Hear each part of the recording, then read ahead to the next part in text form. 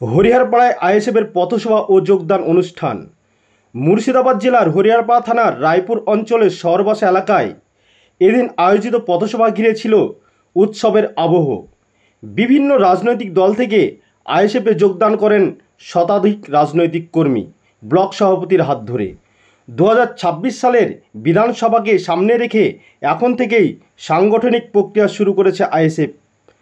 আজকের এই পথসভায় উপস্থিত ছিলেন ব্লক সভাপতি সনৎ কুমার শর্মা, ব্লক সহসভাপতি ইলিয়াস খন্দকার, ব্লক সম্পাদক আলিউল আজিম, অঞ্চল সভাপতি সমীরুল ইসলাম সহ অন্যান্য নেতৃত্ব। আইএসএফের দাবি, এই যোগদানের ফলে দলের ভিত্তি আরও মজবুত হবে এবং রাজনৈতিক সমীকরণে প্রভাব ফেলবে। হরিহরপাড়া থেকে রতন বিশ্বাসের রিপোর্ট, এফএস মিডিয়া।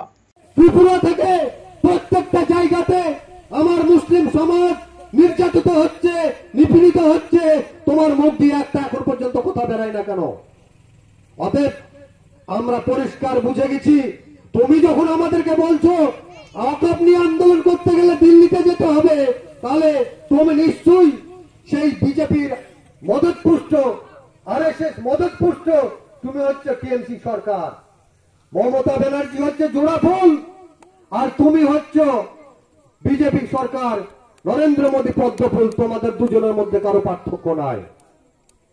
আমাদেরকে বোঝা দরকার, আজকে আমাদের দেওয়ালে পিঠ থেকে গেছে। আপনার মা, আপনার বাবা, আপনার ভাই, আপনার বোন, যাকে আপনি কবর দিবেন, সেই কবরের উপরে বুলডুজার চালিয়ে সেখানে মদের বোতল তৈরি করছো, মদের আড্ডাখানা তৈরি করছো, মদের লাইসেন্স দিচ্ছ, তার উপরে তুমি অত্যাচার করছো। সেই অধিকার তোমাকে আমার সংবিধান দেয়নি। আজকে আমি বলতে চাই এই শহরবাসী গ্রামের মানুষকে, আপনারা ঘুমিয়ে আর থাকবেন না, আপনারা ঘুমিয়ে আর থাকবেন না। আগামী দিনে আরো ভয়াবহ দুর্ভিক্ষ আসছে। এই স্বৈরাচারী শাসন ব্যবস্থার মাধ্যম দিয়ে, এই স্বৈরাচারের শাসন ব্যবস্থার মধ্যে দিয়ে আমাদের সমস্ত মুসলিম সমাজকে, তথাপিও ভারতবর্ষের দলিত, আদিবাসী, মতুয়া সমস্ত পিছিয়ে পড়া বর্গের মানুষকে শোষণ করে, শাসন করে আবারও সেই ব্রিটিশ সাম্রাজ্য তৈরি করার চেষ্টা করছে।